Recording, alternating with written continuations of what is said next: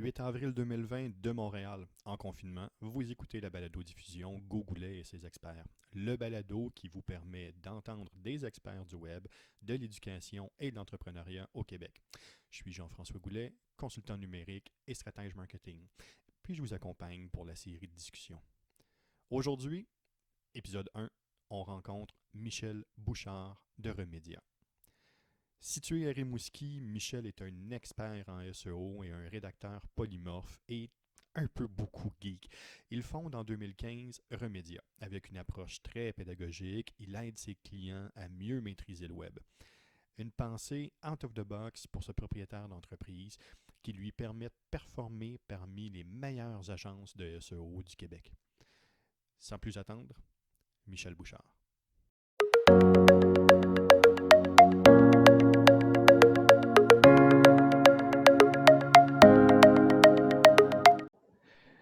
Michel, première question. Comment ça va? Ça va bien. Malgré tout, ça va bien. Malgré tout, au point de vue personnel, tout est correct chez vous? Ouais, des défis différents dans le sens qu'au lieu de travailler pour les gens, on essaie de travailler pour nous.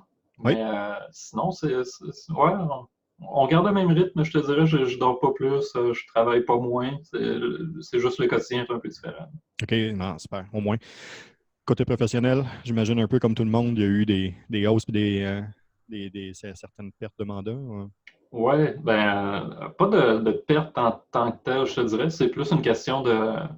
Tu sais, En fait, on en parlait juste avant, mais tu sais, moi, j'aime travailler pour les autres, les mettre en valeur. Oui, Là, en ce moment, les gens ne cherchent pas nécessairement ça, ils cherchent juste à survivre. Sont pas à la même place. Fait que tous les projets qu'on avait justement de développer, mettons, une présence web, de gestion de communauté, peu importe de quoi on parle, là, ils sont ailleurs. Là. Les gens, ils veulent plus parler. Non, non, en ce moment, j'ai des choses à faire, j'ai un quotidien à répondre, j'ai des clients qui sont en mode panique aussi. oui, Euh, fait que les interactions avec les clients ont pas mal changé. Là. OK. C'est plus, on veut plus développer un projet, on veut juste survivre et passer au travers de la crise, on dirait. Non, c'est ça. Je vis la même chose de mon côté, là. Tu sais, j'ai la chance de travailler avec des firmes puis des entreprises là, qui sont dans le milieu de l'éducation. Eux autres sont en constant changement, mais là, c'est encore une plus vraie, grande réalité de leur côté, là. Ouais. Et Dans le monde de puis, l'éducation, j'ai un peu de misère même à envisager ou imaginer l'envergure que ça va prendre. Tu sais, juste s'adapter, mettons, les écoles primaires, à donner des cours en ligne. Là, ils en parlaient au début de la crise. Ça me semblait massif. Là. Comment tu veux motiver des jeunes à distance là, qui ont déjà un déficit d'attention? non, c'est ça, c'est assez compliqué. Puis, tu parles d'expérience en plus, tu as déjà toi-même enseigné à un niveau quand même assez élevé, au niveau collégial, je pense. Ouais, donner des formations à l'université aussi, mais j'ai jamais eu de. En fait, j'ai manqué à avoir une charge de cours à l'université, mais malheureusement, à cause des règles, on me l'avait donné, puis la semaine avant, on m'a dit ah non, quelqu'un aurait dû pouvoir appliquer avant toi, donc on est obligé d'y donner. On est obligé, hein, c'est ça. Fait que la seule expérience que j'aurais pu donner un vrai cours à l'université, je ne l'ai pas eu. Écoute, Michel, on est aussi ici pour discuter un peu là, de SEO. Tu es probablement, selon moi, une des sommités en SEO au Québec. Ah ben ouais, Euh, bon. Ouais. non, mais c'est vrai, puis tu sais, ça fait déjà quelques années là, qu'on se côtoie et qu'on travaille sur des mandats croisés de près ou de loin ou dans lesquels on commence quelque chose, on commence une stratégie puis ça finit chez vous ou vice-versa, là. Mm. Euh, écoute, avec tout ce qui se passe présentement, je ne veux pas juste parler de la COVID, là, mais avec tout ce qui est en train de changer, même le gouvernement là, qui est en train de lancer une nouvelle plateforme, son panier bleu, on voit là, qu'il y a une recrudescence pour se diriger vers le web. De ton côté, en tant qu'expert SEO, toi, qu'est-ce que tu vois là-dedans? Qu'est-ce que tu vois en tant qu'opportunité? Qu'est-ce que tu vois en tant que défi aussi pour les entreprises, les PME québécoises? Eh, mon Dieu, la question est large, hein, dans le sens que, mettons, les opportunités, les défis, il y en a énormément, tu sais, de tous les bords. Dans le sens, une boutique, admettons, ou un commerce qui n'avait pas de boutique en ligne encore, là, on commence à prendre conscience, et s'en prend une. Mais on oublie que ça ne se fait pas en claquant des doigts. Tu sais, c'est beau de dire, OK, j'ai ma boutique, mais qu'est-ce que tu fais avec? Euh, c'est peut-être ça que je suis en train en fait, d'observer et d'essayer de faire un peu d'éducation par la bande. C'est que beaucoup de clients, en fait, veulent leur boutique en ce moment, mais ils ne savent pas, en fait, comment vendre après. Ils ne savent pas comment l'entretenir, comment commencer à, mettons, partager ça sur Facebook ou qu'est-ce qui est organique, qu'est-ce qui est publicitaire, qu'est-ce qui est... il y a beaucoup d'orientation à faire puis d'éducation, je pense, parce que là, on est en plein dedans. Il y a beaucoup de gens qui le veulent, mais la durabilité est où? C'est peut-être ça le défi, en fait, que je vois. C'est comment on va rendre ça durable.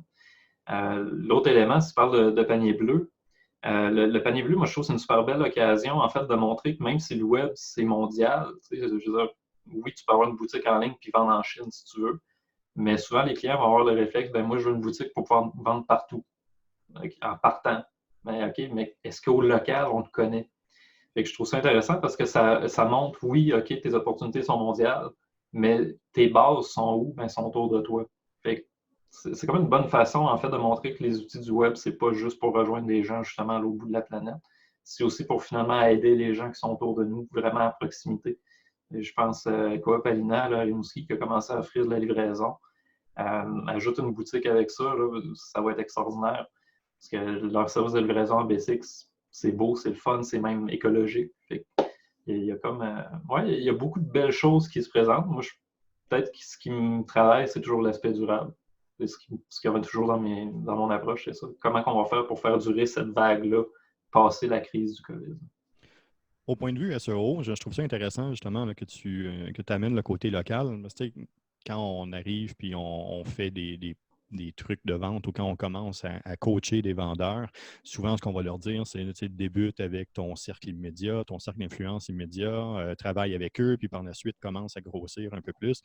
Mais le web, il ne faut pas oublier que c'est un outil. C'est pas un outil qui est complètement différent. C'est exactement le même principe, c'est exactement dans les mêmes idées. Fait que pour réussir à avoir quelque chose qui peut être intéressant, oui, de partir puis de travailler sur le web en allant avec son cercle d'influence immédiat, il y a quelque chose d'intéressant à faire. Là, au point de vue SEO local, y a-t-il quelque chose qu'on peut faire avec ça? Y a-t-il des idées ou des avenues qui sont possibles? Oui, ben, ça dépend toujours du projet, évidemment. Là. Je veux dire, on ne vend pas des trucs comme on vend, mettons, un service de rédaction web ou de création de contenu. Non, c'est clair. Cela dit, mettons un outil, moi, que j'aime énormément, c'est Google My Business, c'est la fiche Google Mon Entreprise. Parce que je pense à un restaurant, entre autres, en ce moment, qui n'a pas de fiche. Ben, comment tu fais pour trouver un itinéraire? Comment tu fais pour savoir s'il est ouvert à part en allant, mettons, sur un autre outil comme Facebook? Comment dire, au niveau local, il y a plein d'outils, en fait, qui nous permettent de donner de l'information comme instantanément, beaucoup plus rapidement, de faciliter la prise de contact avec les gens. Pas juste de penser, bon, mon article de blog, à long terme, va m'amener 100 personnes au bout de l'année, puis ces gens-là, peu importe d'où ils viennent, ça va m'attirer un trafic. Non, on peut aussi miser carrément, ben, OK, comment que je fais pour attirer un client de plus dans mon commerce? En ce moment, c'est peut-être pas de l'attirer au commerce, c'est plutôt de l'attirer vers nos solutions qu'on offre, justement, de livraison ou de services en ligne qu'on peut offrir. Ouais, je m'enligne un peu partout là, en ce moment, là, parce que ta question était tellement comme le fun, je peux aller n'importe où. Là, je me pitch partout. Mais c'est ça, c'est comme de le voir un peu comme Facebook, en fait. Pour moi, Google, c'est juste un outil de communication. Facebook, c'est juste un outil de communication, de marketing. Prenons chacun des outils puis utilisons-le pour pas nécessairement juste rejoindre des gens à l'autre bout de la planète, justement, ou penser le trafic de mon site web, mais plus personnaliser les contacts qu'on a. Je pense que justement, des outils comme Google My Business, ben, juste les textos qu'on peut s'échanger, recevoir des messages textes, admettons, la communication est instantanée et directe, on peut parler aux gens directement. Fait que le SEO devient juste un levier pour pouvoir parler plus avec les gens avec qui on a envie de communiquer, justement. Oui, non, je comprends bien ton point. Non, puis je suis. Mais ça Je suis répond-tu bien à ta question, par Oui, exemple? oui. Là, je me suis Non, pitché c'est un peu ça. partout. Mais c'est sûr que là, dans un podcast, on fait ça quand même assez court, mais pour ceux qui nous connaissent ou ceux qui ne nous connaissent pas, Michel et moi, on pourrait facilement s'asseoir et parler 3 heures juste de SEO local. Ouais, ouais. Très, très facilement sans pousser. Là. C'est des sujets qui nous passionnent, puis d'être capable justement de travailler avec les PME puis de les aider à trouver un peu leur positionnement, leur situation. C'est quelque chose là, sur lesquels on est déjà habilité à le faire. Ouais, parce que, tu sais, au final, le SEO, pour moi, c'est juste une façon de montrer ou plutôt d'attirer les gens qu'on a envie d'attirer, le client avec lequel on a envie de travailler. Fait que si notre client, ben, c'est quelqu'un qui a besoin d'un café le matin, il y a plein d'outils qu'on peut mettre en ligne faciles là, au niveau local, qui sont accessibles, qui sont même des fois gratuits. Je pense à la fiche Google encore, pourquoi je l'aime, ben, elle ne coûte rien à part mon temps de travail. Fait qu'une fois qu'elle est en ligne, let's go, fais juste l'alimenter un petit peu, tu n'as pas besoin d'aller tous les jours l'alimenter comme un peu Facebook. Ça, surtout en ce moment, là, tout le monde est sur Facebook, on dirait. Non, c'est ça. Il y a plein d'outils. C'est ça, c'est pas juste. C'est pour le local, c'est pour rentrer en contact. C'est des contacts humains au final. Oui, non, mais c'est ça. C'est ce qu'on a tendance à oublier. Ça reste électronique, c'est une machine, c'est du plastique. Mais en bout de ligne, c'est un contact qui est humain, puis qui est fondamentalement humain. Puis je pense que, là, je tombe un peu dans la futurologie, mais je ne sais pas comment on va s'en sortir de toute cette affaire-là, mais je pense que fondamentalement, quand on va arriver à un retour à la normale, aussi normal puisse-t-il être, le lien humain va être encore plus important qu'il l'était auparavant. Oui, surtout, tu sais, sur le web, on s'en rend peut-être moins compte, justement, mais c'est facile de dépersonnaliser. En fait, je dis qu'on s'en rend moins compte. C'est plutôt une évidence. C'est facile de dépersonnaliser les interactions. Tu sais, t'es juste une image de ton profil, t'es juste juste ton profil Facebook ou les photos d'Instagram que tu mets. Mais non, derrière tout ça, il y a souvent même une équipe, il y a quelqu'un qui accompagne, il y a des contacts, il y a des relations, bref. Tout ça pour dire, mon LinkedIn, ça m'a pris des années. Je reçois des pop-up de gens qui essaient de me parler. Bref, mon LinkedIn, ça m'a pris des années. Comment tu dis? C'est notre réalité. Oui, c'est ça. Mon LinkedIn, bref, ça m'a pris des années avant de retoucher ma présentation parce que même moi, j'étais un peu porté à, j'essaie de travailler des outils web. C'est juste récemment, de moment j'ai fait non, ce que j'essaie de faire, c'est d'aider des gens extraordinaires à trouver des gens extraordinaires. Puis depuis que j'ai commencé à envisager les choses de même, tu vois, même pour moi, c'est plus facile de créer du contenu. Oui. Parce que là, j'écris plus pour mon référencement, j'écris pour des gens qui ont besoin de mon référencement pour trouver des solutions. Je trouve ça intéressant ce que tu dis de ne pas juste écrire pour le référencement. On en discutait justement, là, parce qu'on se parle assez fréquemment, là, mais on en discutait justement sur le danger de trop mettre de l'avant le SEO, fait que de trop écrire pour l'algorithme puis la machine, puis d'oublier le branding en arrière. Là, on parle beaucoup de local. Dans une rédaction type, parce que je te vends comme un rédacteur polymorphe, mais dans une rédaction type pour une entreprise, est-ce qu'un branding local, c'est quelque chose qui est faisable? D'avoir un branding qui est très social, qui est très local, qui est très poussé. Comment tu verrais ça? Moi, je me dis tout le temps, why not? Au final, il faut que ça reflète la personnalité que tu mettrais dans ton vrai commerce. De ce point de vue-là, le contact, moi, mettons, le contact avec un de mes clients est essentiel. Il faut que je comprenne c'est quoi son approche, comment il fait pour vendre ses produits, mettons. S'il y a une équipe de vente derrière lui, mettons qu'il l'appuie, puis c'est toujours un langage très corpo, ben, le branding, on va le faire corpo, sinon la personne qui va appeler va être déçue. Mais si au contraire, tu as un petit commerce, puis toi, ce que tu veux, c'est montrer, je sais pas, mes trucs ont de la personnalité, ben, commence pas à me parler corpo, comme le textile de tes trucs qui est telle façon, je sais pas, moi, je perds mes mots un peu, là, je pense à d'autres vidéos que j'ai écoutées justement sur les textiles, puis j'essaie de retrouver mon vocabulaire, mais oublie ça. C'est pas ma spécialité, là. Mais tout ça pour dire, tu sais, parle pas du textile, parle-moi de ta tuque, montre-moi comment elle peut s'inscrire dans mon style de vie, comment elle répond justement à ma personnalité à moi. Fait que non, je pense que on fait souvent l'erreur de vouloir écrire un texte pour écrire un texte. Surtout, beaucoup de clients qui veulent écrire leur propre texte, ben, écrivent un texte pour eux-mêmes. Mais c'est une erreur de mon point de vue. Il faut que tu penses plutôt comment tu as envie d'interagir avec les autres, d'établir la communication. Montre-moi finalement t'es qui au travers de ce que tu écris, ou la personnalité de ton entreprise, les valeurs. Puis ça passe par toutes les constructions de phrases, la longueur des phrases, la syntaxe, le style, le ton, les émotions que tu essaies de susciter. Tout ça, finalement, permet d'établir le contact avec les gens du coin que tu as envie de rejoindre. Fait que, si tu es à Montréal, ben, je ne parlerai pas nécessairement de la même façon que si tu es à Rimouski. À Rimouski, mettons, le web, on est peut-être 10 ans en retard. Mais si tu es à Montréal, ben, peut-être que tu peux te permettre d'autres outils, des fonctionnalités supplémentaires dans un site, des interactions fun avec une application. Alors qu'ici, non. Au final, il faut que tu parles avec quelqu'un souvent. Ouais. En même temps, ça dépend toujours des cibles aussi. Là. Dans mon cas, j'aimerais ça peut-être prendre plus de fonctionnalités pour attirer plus de gens qui cherchent des fonctionnalités. Je ne sais pas comment l'exprimer, mais ici, on n'est peut-être pas rendu dans la complexité des applications. On est encore dans le contact humain, fait qu'il faut que le branding reflète ça. Oui. Non, je suis d'accord avec ton idée.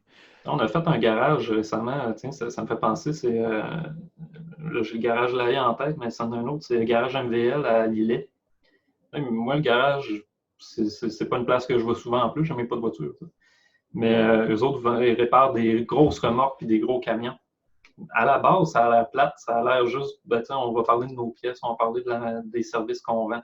Mais quand tu parles à la propriétaire, crime, elle est passionnée par son sujet, elle aime ses clients, elle aime avoir un contact avec eux autres, pouvoir leur parler, pouvoir échanger, bon, c'est quoi tu as fait, c'est quoi qui s'est passé sur la route, comment que je peux t'aider à entretenir ton camion.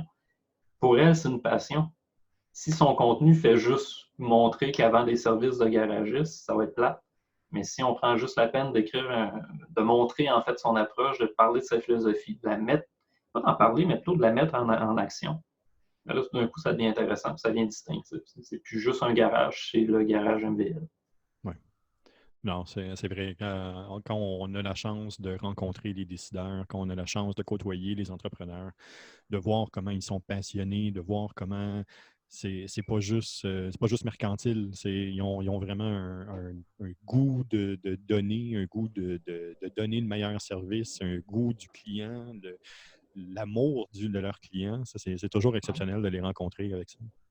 Oui, parce que peu importe la passion qu'on a, c'est ça que peut-être que je me suis rendu compte aussi en rédigeant, tiens, pour l'aspect rédaction. Souvent, les gens vont me dire, ah, mais mon compétiteur n'a déjà parlé du projet ou n'a déjà parlé de ce genre de service-là, ou il y a déjà un blog qui en parle. Mais toi, qu'est-ce que tu as à en dire? Peux-tu me partager ta passion au final? Parce que si j'en parle avec eux autres, je le vois qu'ils sont passionnés. Maintenant, comment on fait pour transcrire ça à l'écrit sur leur site web ou dans un article ou dans les publications Facebook? C'est là que je trouve qu'on peut avoir du fun. Parce que tu ne fais pas juste vendre un service, tu vends une relation. Je ne sais pas comment l'amener, mais c'est carrément, tu établis des liens entre les gens. Puis là, ça, c'est le fun dans mon travail. C'est pas juste du texte que je vends, c'est derrière le texte, l'interaction qu'on veut avoir avec les gens. Ouais. Non, c'est vrai. Écoute, Michel, avec confinement oblige. Ouais. Là, tout d'un coup, plusieurs entrepreneurs ont un peu plus de temps, ont un peu plus justement, d'être capables de retourner vers eux, puis de se poser les questions sur le après. Tu as écrit 2 articles, parce que toi aussi, là, de ce temps-là, tu es un peu plus actif sur le web, là, comme j'ai pu constater. Là. Je reçois Ouais, des notifications on a d'articles. devancé quasiment 4 mois de notre stratégie d'articles de blog. Là. On n'a pas encore fait En fait, notre Facebook, on a décidé de juste l'alimenter un petit peu, mais pour nos articles de blog, c'est ça, on avait comme. Je t'en avais parlé, en fait, il y a déjà 2 ans, j'avais comme écrit 25 articles en un mois. Oui. Là, on avait essayé de peut-être les placer durant l'année. Oublie ça, on est tout en train de les placer dans les prochaines semaines. C'est bon. Écoute, euh, le panier bleu et puis le SEO, est-ce que c'est quelque chose qui peut être actif un avec l'autre? Je sais que tu es un amateur de long trail, fait que de longue traîne là, en SEO. Qu'est-ce que tu en penses? Tu veux dire de faire du SEO avec le panier bleu, juste pour être sûr Oui, de bien de répondre? faire du SEO avec le panier bleu, puis la longue traîne, finalement, c'est quoi? Là? Comment tu OK. expliquerais ça? Ben, tu sais, au final, pour moi, la longue traîne, c'est comme juste de prendre une opportunité puis de la démarcher. Pas de prendre, mettons, je sais pas, moi, tu vends des trucs puis de juste fonctionner, je vends des trucs.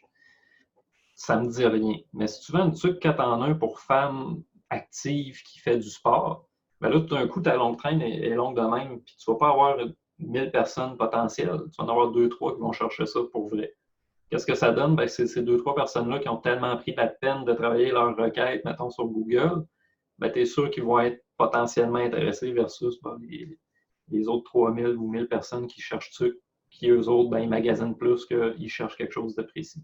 C'est ça, parce que Fait que finalement, si on retourne un peu là, sur le comment on cherche sur Google, je pense que tout le monde est quand même similaire. Là. On a une idée, on cherche un mot, il sort 5 milliards de résultats, on fait non, c'est pas ça.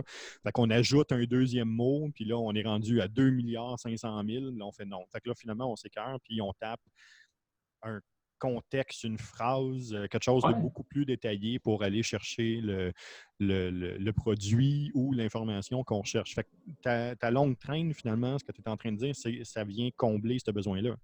ouais, exactement, parce que même ce que tu disais, dans le fond, le un mot ou deux, il faudrait que je retrouve les stats exacts, mais c'est plus ça qu'on utilise sur Google, même à l'écrit. C'est autour de 4 à 5 mots. Puis là, en plus, on va avec la recherche vocale. C'est plus du tout des requêtes, je sais pas, tuque noir, tel tissu. Non, maintenant, c'est ben, j'ai besoin d'une tuque. Il faut être prêt à ça, il faut être prêt à répondre à cette question-là ou à ce besoin-là, plutôt dans ce cas-ci. Ou tu sais, quelqu'un qui chercherait café à proximité.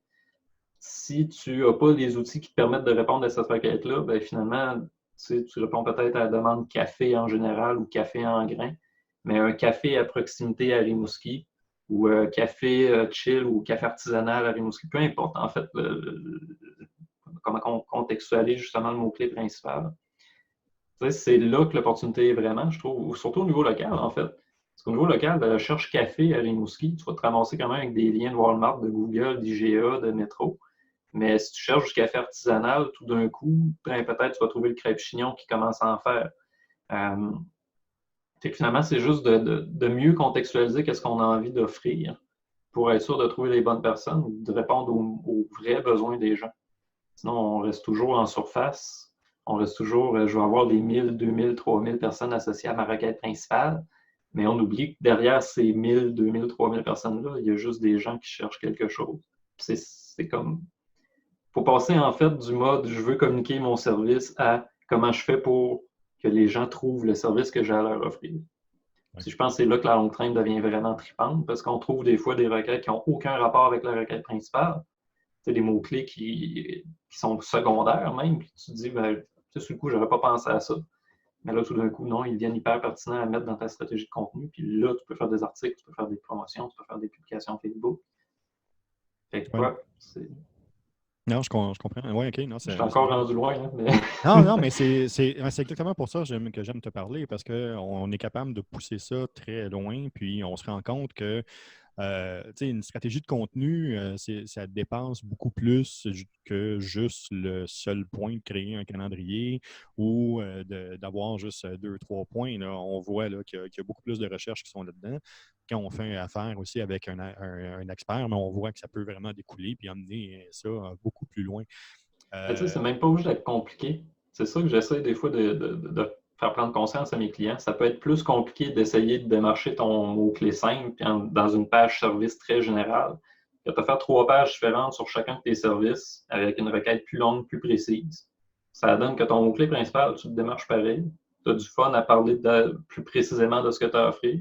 Les gens, eux autres, trouvent davantage qu'est-ce qu'ils cherchent. Fait que tout d'un coup, les interactions que tu as avec eux autres, c'est plus naturel, c'est plus le fun, c'est des gens avec qui tu as une meilleure, peut-être même affinité dans certains cas. Si tu ne cherches pas le bon client puis que le client t'appelle, le fit ne sera peut-être pas là, mais si tu prends la peine de travailler avec qui tu as envie, si tu prends la peine de travailler avec qui tu as envie de travailler, hmm. enfin, si tu as envie de démarcher la bonne personne, plutôt, ben, si tu prends Oui. le temps de le faire, finalement, ben, même ton temps de travail est optimisé, tu as plus de fun dans ton travail. Non, c'est ça, ça dépasse le simple mot-clé finalement. Mais c'est pas si compliqué que ça. Là, les entrepreneurs, on vient de le dire, là, qui ont un peu plus de temps de ce temps-là, qui auraient peut-être le goût d'essayer de faire de la longue traîne ou qui auraient peut-être le goût de développer un peu plus leur contenu. Là, il y a deux choses là, qui viennent en jeu. Là. Il y a la possibilité de recycler du contenu qui est Ouais. toujours intéressante, mais il y a un danger aussi à la copie de contenu. Le sweet spot, il est où là-dedans? Eh boy, ça, écoute, ça touche quand même à un bon problème dans le sens que je sais qu'il y a beaucoup de personnes en marketing qui ont juste repris des articles en anglais, qu'ils ont traduit, modifié peut-être des synonymes, des choses comme ça, puis bang, finalement, ils ont une présence web vraiment cool. Euh, c'est correct de s'inspirer, c'est pas correct de copier. Je parle souvent d'un principe, tu sais, tout a déjà été dit et fait. C'est, en littérature, admettons, quand je suis à l'université, on n'arrêtait pas d'en parler. Les anciens puis les nouveaux. Là, ouais, il me semble que c'était les anciens et les nouveaux. Je pense que dans les années 1700, à un moment donné, il y avait une querelle entre les anciens et nouveau, puis il disait comme, ben, tout a déjà été écrit, tout a déjà été dit, tout a déjà été fait, on peut juste imiter. Moi, je pense qu'il y a comme, non, un juste milieu entre, on peut inventer vraiment, moi, je suis original, admettons, je suis créatif, puis ben, je peux pas l'être parce que tout a été fait. Non, même si tout avait été fait, ça n'a pas été fait par toi. C'est con à dire de même, mais souvent, les gens, ils veulent juste t'entendre. Tu sais, je parlais tantôt avec 49.1, admettons, puis je disais, ben, tu sais, ton Facebook, je te vois pas. Mais si tu prends le temps de le faire, c'est pas parce qu'il y en a 10 000 aux États-Unis qui ont pris le temps de le faire que toi, tu peux pas le faire aussi. Parce que Harry Mouski, ben, les gens, c'est toi qui vont aller écouter. C'est pas lui aux États-Unis. Ben, peut-être qu'ils vont aller l'écouter aussi aux États-Unis, mais ils cherchent quelqu'un de local, expert dans son domaine, qui va prendre le temps d'en parler. Fait quoi, c'est comme oui, innover, mais pas penser que l'innovation, dans le fond, c'est quelque chose qui sort du génie nécessairement. Des fois, c'est juste de prendre la peine de le faire, d'en parler, d'être présent. Puis ça, c'est suffisant. Même si ton discours ressemble à celui du voisin, c'est pas grave. C'est comme, comment je peux te dire ça? C'est comme un peu sortir de l'idée que la créativité et l'originalité, c'est un but à atteindre. C'est plutôt un moteur qui nous permet d'arriver à un objectif. Pour moi, c'est un outil de travail et non pas une finalité. Tiens. Fait que dans ce sens-là, même si ça a déjà été dit, copie pas, fais juste le faire à ta façon. C'est là que le contenu original, comme on n'arrête pas d'en parler, là, le contenu original, pour moi, c'est juste que tu as pris la peine d'y penser par toi-même, d'avoir une pensée critique ou juste une vision différente, mets tes valeurs par-dessus, finalement, la description du produit, puis tout d'un coup, la description du produit devient intéressante. Tu le mets dans tes mots, tu le traduis dans tes mots, tu l'arranges, Ouais. tu le rends disponible à ta philosophie, à toi. Tu as fait coller à ta mission, à ta valeur, puis tu réussis à faire passer un message qui devient intéressant à ce moment-là. Exactement. Quand on parle de recycler du contenu, moi, souvent, ce que je vais dire aux différents entrepreneurs que je rencontre, c'est pour être capable là, d'assurer une présence web. Et n'hésite pas à prendre un sujet puis à le décortiquer de 5, 6 ou 10 manières différentes. On parlait des tucs, mais tu peux justement faire un article sur le tissu, mais tu peux faire un article aussi sur le design, tu peux faire un article sur la livraison, tu peux faire un article sur le lifestyle que ça t'apporte, tu peux faire un article. Au niveau du recyclage du contenu, au point de vue SEO, dans ta philosophie, à toi, c'est quoi? Un peu comme tu viens de le dire, c'est pas de. Tu sais, tu peux avoir 4 articles qui parlent de créativité, mais il ne faut pas qu'il y en ait un. Il ne faut pas qu'ils parlent tous de la même chose. Sans la créativité, c'est un sujet hyper large. Mais comment tu fais pour le segmenter, ce sujet-là? C'est un peu comme monter un plan de cours. Je ne sais pas si ça peut être une façon de le voir, mais on va avoir un cours au complet, mettons, sur la mise en page. Ben, à la fin de l'année, tu vas avoir vu plein de sujets qui parlent de mise en page. Mais tu vas quand même avoir un diplôme qui va juste dire que tu as fait de la mise en page. C'est un peu la même chose. Pour ton blog, si tu parles juste de trucs, parle-moi de trucs, mais parle-moi des modèles de trucs, des couleurs différentes, qu'est-ce que ça apporte? Admettons, si c'est une tuque rouge versus une tuque jaune, c'est quoi l'effet que ça a? Fait que là, tu te mets à parler des couleurs. Après ça, tu parles des tissus, comment ton tissu respire versus un autre. La façon même que comment dire, que ça a été tissé. Tantôt, je te parlais justement de textile. Ben, moi, on se magasinait nos draps de lit. Oui. J'ai fait écouter des vidéos d'experts qui me parlaient, c'est pas la même chose si tu as, là, je suis pas bon là-dedans, mais si tu passes un par un, les fibres, ça c'est un nom précis. Si tu passes 1-4, ben là c'est du tissu satiné. Fait que le satiné a des avantages versus l'autre. Mais tu sais, vite dans même, c'est pas intéressant. Mais parle-moi-en pour me montrer tes trucs, puis mettre ça comment dire, comment tes trucs incarnent ça. Tel truc est plus douce au toucher, tel truc va avoir un look différent. C'est ça, c'est juste, c'est pas parce que tu parles tout le temps du même sujet que tu es obligé d'en parler tout le temps de la même façon. C'est peut-être là l'originalité, justement, c'est d'arriver à trouver différentes façons, différentes avenues pour parler de même chose, de parler de ta passion, finalement. Hey, Michel, sur ces belles paroles, je pense on va arrêter le podcast pour aujourd'hui. C'est bon. De toute façon, je pense pas qu'on peut topper ça. L'originalité, c'est vraiment d'être capable d'en parler différemment. Je pense que c'est aussi ce qu'on essaie de faire un peu aujourd'hui, essayer de vous amener un peu de l'expertise à la maison. Écoute, Michel, si on veut te rejoindre, Remedia.tech, puis je suis sur Facebook, LinkedIn, cherchez Michel Bouchard, Rimouski, vous allez sûrement me trouver. Pas mal ça. Facebook, LinkedIn, mon site web. Vous pouvez me contacter même par Messenger, par téléphone. Si tu veux mettre même mon téléphone en dessous en lien, il n'y a pas de problème. Puis je suis au travail, même si je ne travaille pas en bas. C'est ça. Juste là. Ouais, c'est ça. Même si ça, on est plus au ralenti, nous autres, on reste quand même. Je garde ma même routine. Fait que je suis disponible en masse. Parfait. Mais Michel, un grand merci. C'est toujours super plaisant de discuter avec toi. Tu sais que j'adore travailler et collaborer avec toi. C'est toujours un grand plaisir de pouvoir te parler. Ça fait déjà plusieurs mandats qu'on a, puis plusieurs années, même là, maintenant qu'on collabore ensemble. Puis, 4-5 ans, certains. ouais, pas loin, là. Puis, écoute, on l'a toujours fait à distance. Pour nous autres, c'est pas étranger. Hein? On l'a toujours fait de cette manière-là. Je pense qu'on s'est vu en vrai 2 ou 3 fois. Mais non, c'est toujours un grand plaisir. Puis encore une fois, comme je te le dis, je te considère vraiment comme une des sommités SEO au Québec. Fait que n'hésitez pas à aller voir remedia.tech, allez sur son site, allez voir les différents articles. Il y a du contenu là-dedans, mesdames et messieurs, ça n'a absolument aucun sens. Et puis, restez aussi connectés sur les différents Facebook. Vous allez voir d'autres contenus passés. Ce n'est qu'un début. On voit là, quelques-uns de nos experts. On a la chance de rencontrer Michel Bouchard de Remedia aujourd'hui, mais il va en avoir aussi plusieurs autres. Puis, comme je connais Michel, je pense qu'il va revenir. Ça va me faire plaisir. Ben, merci de la plateforme, Jean-François, parce que moi, j'aime ça pouvoir parler de ma passion, mais je ne prends pas assez la peine de la faire moi-même. Je suis comme un cordonnier mal chaussé. Merci beaucoup de la plateforme et de ton temps. Fait un grand plaisir, Michel. Porte-toi bien. Santé chez vous. Toi aussi, là. À la prochaine. Merci.